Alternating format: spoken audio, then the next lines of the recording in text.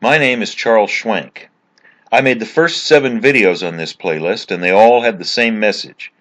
Please do not elect Donald Trump, Vladimir Putin's babushka. Now it is December 2016 and Trump is president, so I guess the laugh is on me. I know a lot of people simply won't hear a bad word about Donald Trump, but I'm going to say some now anyway. Trump's election is a very serious error. The 62 million people who voted for him don't realize what they have done. He is simply not qualified for the job, ethically, intellectually, temperamentally, in terms of experience, and even interest. The most worrisome part is that he does not care. He is almost certainly going to make disastrous mistakes that will hurt millions, maybe billions of people, and it won't bother him. It is not just the 62 million who voted for him who will have to suffer, but also the 64 million of us who voted for Clinton and those who voted for third parties. We are all in it together now. We must try to mitigate the harm Trump has done and will do in the future. In order to do this, we have to understand him. What drives Trump? What's he all about? If you look at the details of his life, there's a clear pattern. His life has been very public, and there are several good biographies that show what his values are and how he developed them. The most useful to me is The Making of Donald Trump by David K. Johnston. The essence of Trump, the mental frame that shapes how he sees himself and how he sees the world, is his personal brand. Now, I must briefly discuss, from a marketing perspective, branding in general and personal branding in particular. You know what a brand is. You know you can brand products, services, political parties, and even people. And when you brand people, it's called personal branding. Now, people have been creating public images of themselves since the pharaohs, I guess. But the term personal branding has been around for about 20 years. It first appeared in an article called The Brand Called You by management consultant Tom Peters. Trump is often used in marketing courses as an example of successful personal branding. Now, you know there are different kinds of brands. Some brands are inclusive. Take Kellogg's Corn Flakes. What is this brand all about? It's about eating together, feeding your children, family, warmth, belonging.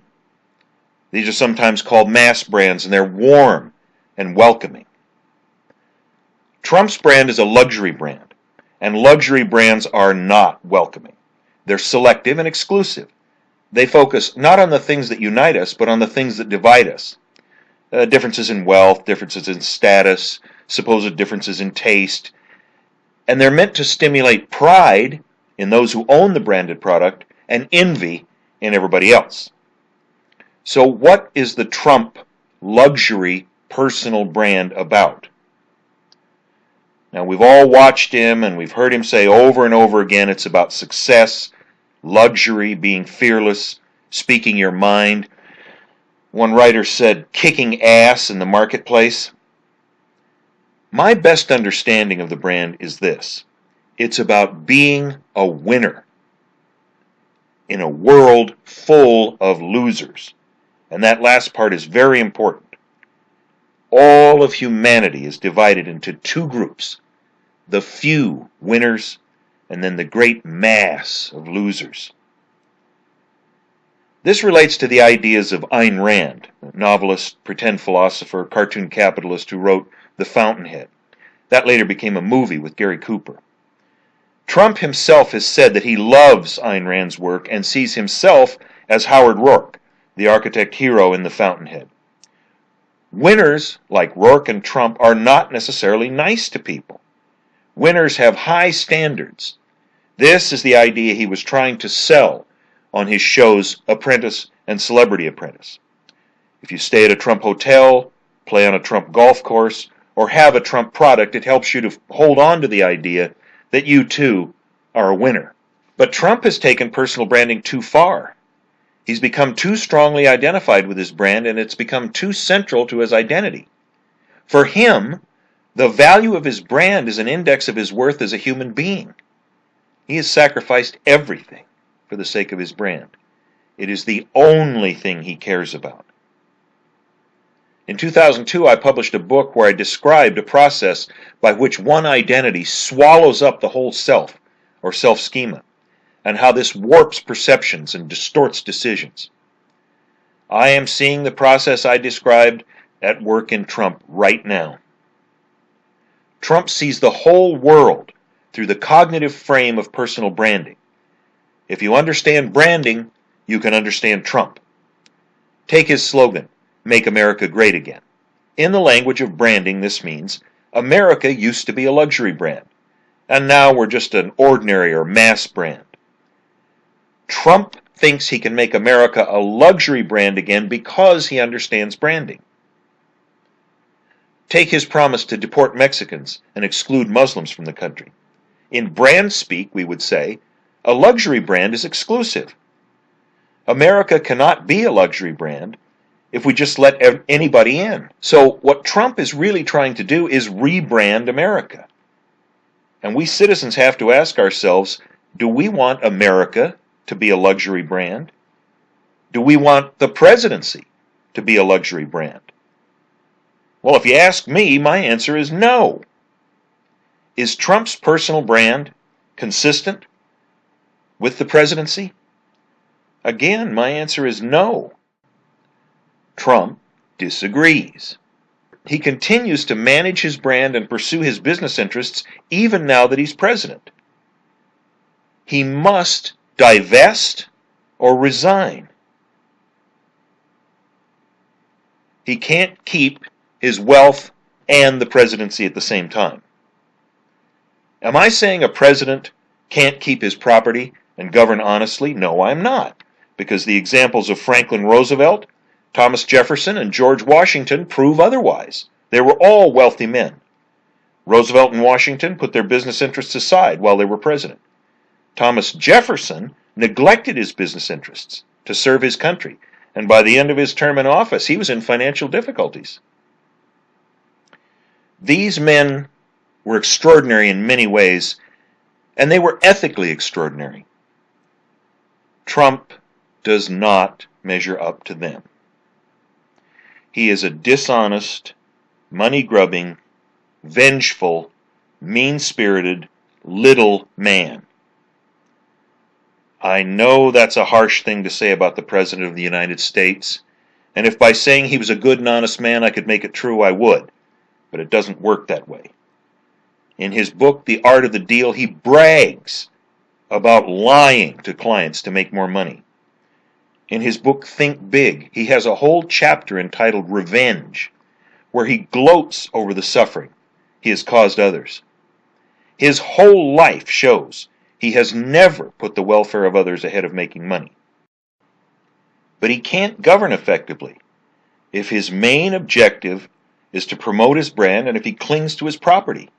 He must take the job of president more seriously. He can't simply work it into his other business activities. He cannot be allowed to make decisions that will enrich him and hurt the rest of us.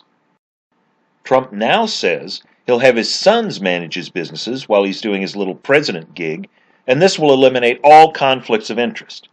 Come on! Does he expect us to believe he'll just forget what he owns?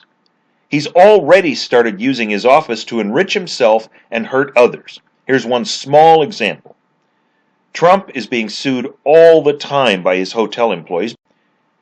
He just appointed fast food king Andrew Puzder as Secretary of Labor. Why? Because he knows Puzder will try to fight against minimum wage increases, gut overtime rules, dismember workplace safety legislation, and do other things that will help Trump to mistreat his workers and squeeze more out of them. That's just the beginning. There will be many more examples of conflict of interest in the future. Just ask yourself, has any father ever given his business to his children and not stayed involved? The only example I can think of is Vito Corleone. When he turned his business over to his son Michael, he stepped back. But Trump does not have the strength of character or the integrity of Don Corleone. he must divest himself of his property and put the proceeds into a blind trust. If he won't do this, he should resign. However, I don't believe he can do this. I think it would be like cutting off his legs. Therefore, we have to put pressure on the brand to show him that if he governs incompetently and dishonestly, it will tarnish the Trump brand. Maybe this will constrain his worst excesses. I see two basic strategies. The first is a boycott. Don't buy Trump products or use Trump services, and don't patronize businesses that carry his products. What businesses are these? Well, several organizations advocating boycotts have websites, and they have lists of companies. Just Google the words boycott Trump, and you can find several sites that provide lists. The sponsoring organizations range from the Democratic Coalition Against Trump to the Culinary Workers of America, and there will be more in the future. A boycott will send him the message that if he doesn't start behaving decently, it's going to hurt his brand. The second strategy involves lawsuits. A sitting president does not have immunity from civil prosecution. In other words, you can sue the president. This precedent was established by the Supreme Court in 1997 in the case of Clinton versus Jones, where they let Paula Jones' sexual harassment case against President Clinton proceed. Trump has consistently and proudly violated and mocked our standards of decent behavior. He has slandered war heroes, physically abused women, stiffed creditors, and driven some of them into bankruptcy, and so on. I encourage anyone who has been slandered, bankrupted, physically assaulted, or otherwise harmed by this president to commence legal proceedings against him. In other words, please sue the president. Trump has been involved in over 4,000 lawsuits. He says he never settles. However, now he is settling. This is because lawsuits spawn publicity that help people see the truth about him. So he fears them now more than he used to. That is why he recently settled a suit involving his fraudulent Trump University. He was very eager to keep the trial from happening because he knew the publicity would tarnish his personal brand. So I hope others will file lawsuits in the future and that they receive a lot of publicity. Also, people need to become more aware of these lawsuits. Just Google the term Trump lawsuits, and you'll find details of some of them. Also read the Wikipedia article, The Legal Affairs of Donald Trump. These lawsuits show what kind of a businessman he is and what kind of a human being he is. I urge everyone to learn about his lawsuits and start with Trump University, and then share the information with others. As a result of Trump's actions, the Trump brand now is about the idea that the rich and powerful should deny the truth, behave dishonestly, prey on the weak, and appeal to other people's basest instincts. That's what being a winner is. There are children and others in this country who are absorbing this message, that a powerful man can do anything he wants and get away with it. Both the boycott and the lawsuits will help counter this message and help to reduce some of the damage he has done and will do in the future. If you would like to sign a petition, please go to the website moveon.org and look for the petition entitled President Trump, Divest or Resign. Thank you for watching, and God help us all.